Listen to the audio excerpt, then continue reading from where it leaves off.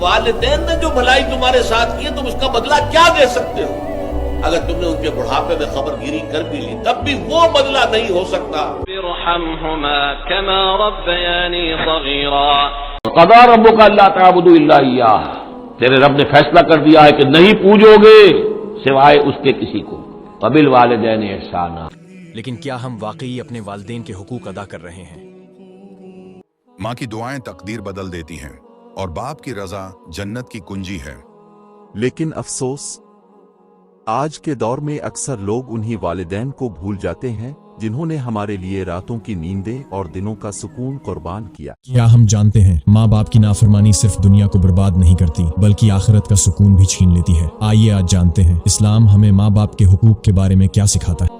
ماں باپ کے حق کی اہمیت اور عظمت کا اندازہ اس بات سے لگائیے کہ قرآن پاک نے جگہ جگہ ماں باپ کے حق کو خدا کے حق کے ساتھ بیان کیا ہے۔ اللہ تعالیٰ نے اپنی شکر گزاری کے ساتھ ساتھ ماں باپ کی شکر گزاری کی بھی تاکید فرمائی۔ اللہ تعالیٰ کا فرمان ہے اعوذ باللہ من الشیطان الرجیم وقضى ربک الا تعبدوا الا ایہ وبالوالدین احسانا، سورہ بنی اسرائیل۔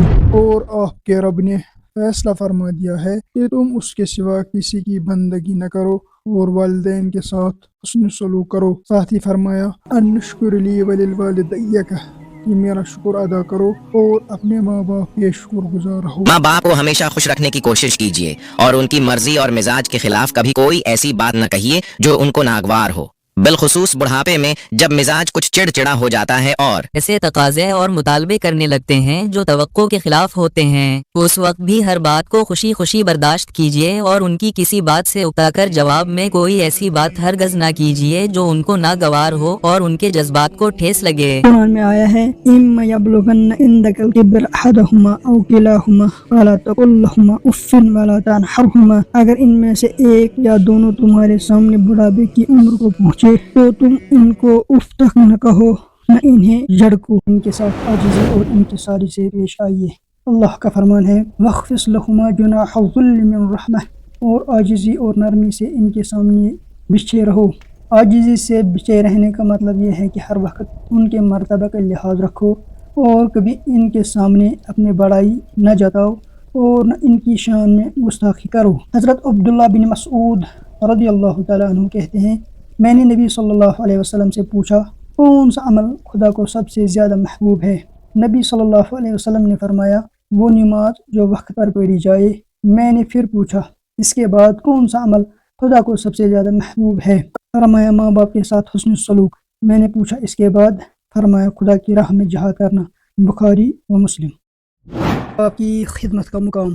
حضرت عبداللہ رضی اللہ تعالیٰ عنہ فرماتے ہیں کہ ایک آدمی نبی صلی اللہ علیہ وسلم کی خدمت میں حاضر ہوا اور کہنے لگا میں آپ کے ہاتھ پر ہجرت اور جہاد کے لیے بیعت کرتا ہوں اور خدا سے اس کا اجر چاہتا ہوں۔ نبی صلی اللہ علیہ وسلم نے پوچھا کیا تمہارے ماں باپ میں سے کوئی ایک زندہ ہے؟ اس نے کہا جی ہاں، بلکہ خدا کا شکر ہے دونوں زندہ ہے۔ آپ نے فرمایا تو کیا تم واقعی خدا سے اپنی ہجرت اور جہاد کا بدلہ چاہتے ہو؟ اس نے کہا ہاں۔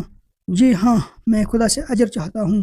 نبی صلی اللہ علیہ وسلم نے ارشاد فرمایا تو جاؤ اپنے ماں باپ کی خدمت میں رہ کر ان کے ساتھ نیک سلوک کرو، مسلم۔ حضرت عبداللہ بن عمر رضی اللہ تعالیٰ عنہ فرماتے ہیں کہ ایک شخص نبی صلی اللہ علیہ وسلم کے پاس جہاد میں شریک ہونے کے غرض سے حاضر ہوا۔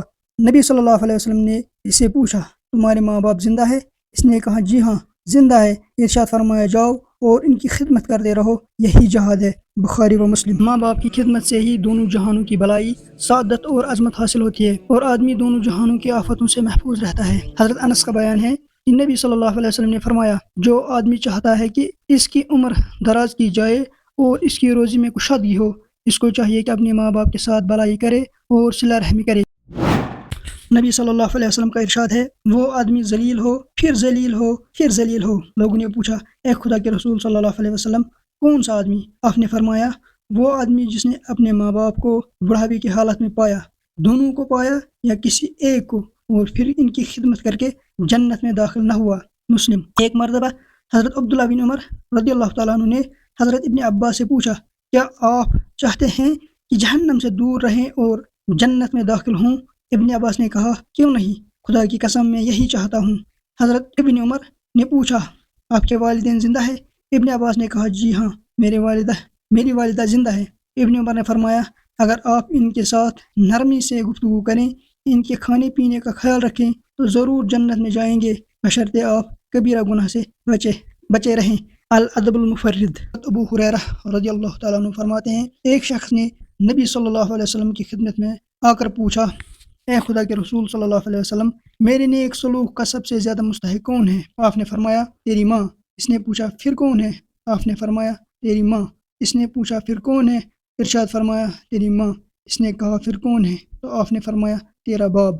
الادب المفرد۔ حضرت اسماء رضی اللہ تعالی عنہ فرماتے ہیں کہ نبی صلی اللہ علیہ وسلم کی عہد مبارک میں میرے پاس میری والدہ آئیں اور اس وقت وہ مشرکہ تھی۔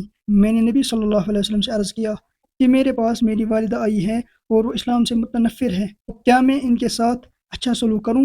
آپ نے فرمایا ہاں، تم اپنے ماں باپ کے ساتھ صلہ رحمی کرتے رہو۔ بخاری۔ ماں باپ کی ناراضگی۔